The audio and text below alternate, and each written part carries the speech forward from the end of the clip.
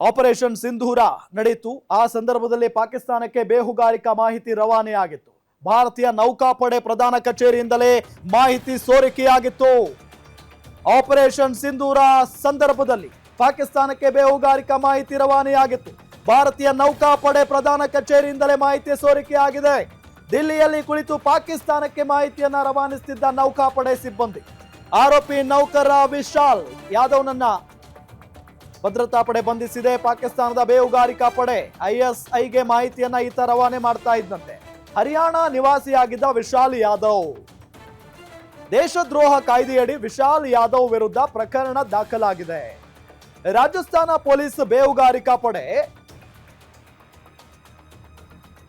ಈ ಆರೋಪಿಯನ್ನ ವಶಕ್ಕೆ ಪಡೆದುಕೊಂಡಿದೆ.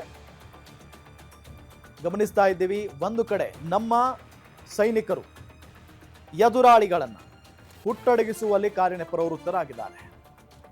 ನಮ್ಮ 3 ಸೇನಾ ಪಡೆಗಳು ಒಂದು ಕಡೆಯಿಂದ ದಾಳಿ ಮಾಡ್ತಾ ಇದ್ದಾವೆ ಪಾಕಿಸ್ತಾನದ ಮೇಲೆ. ಜೊತೆಗೆ ಪಾಕಿಸ್ತಾನದಲ್ಲಿ ಅಡಗೆ ಕೂತಿದ್ದಂತ ಉಗ್ರರ ತಾಣಗಳ ಮೇಲೆ, ಉಗ್ರರ ಮೇಲೆ ಇದೆಲ್ಲ ನಡೀತಾ ಇದ್ದಾಗ ಈ ಆರೋಪಿ ವಿಶಾಲ್ ಯಾದವ್ ಇದಾನಲ್ಲ, ಈ ಕ್ರಿಮಿನಲ್, ಈತ ಭಾರತೀಯ ನೌಕಾಪಡೆಯ ಪ್ರಧಾನ ಕಚೇರಿಯಲ್ಲೇ ಕೆಲಸ ಮಾಡ್ಕೊಂಡಿದ್ದಂಥವನು. ಭಾರತ ಏನೆಲ್ಲ ಪ್ಲಾನ್ ಮಾಡುತ್ತೆ, ಯಾವೆಲ್ಲ ರೀತಿಯಾಗಿ ಪ್ಲಾನ್ ಮಾಡುತ್ತೆ ಅದನ್ನೆಲ್ಲ ಪಾಕಿಸ್ತಾನಕ್ಕೆ ತಿಳಿಸ್ತಾ ಇದ್ದಂತೆ ಈತ, ಮಾಹಿತಿಯನ್ನ ಕೊಡ್ತಾ ಇದ್ದಂತೆ.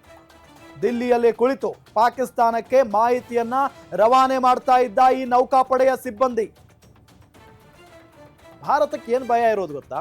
ಹೊರಗಿನ ಶತ್ರುಗಳದ್ದಲ್ಲ. ಹೊರಗಿನ ಶತ್ರುಗಳನ್ನ ಹಿಮ್ಮೆಟ್ಟಿಸ್ಬಿಡ್ತಾರೆ, ಅವರನ್ನ ಬಗ್ಗು ಬಡ್ದು ಬಿಡ್ತಾರೆ ನಮ್ಮ ಸೈನಿಕರು. ಆದ್ರೆ ಒಳಗಡೆ ಇರುವಂತಹ ಶತ್ರುಗಳನ್ನ ಹುಡ್ಕೋದು ಬಹಳ ಕಷ್ಟ. ಇಂಥವ್ರು ತುಂಬಾ ಜನ ಇದ್ದಾರೆ.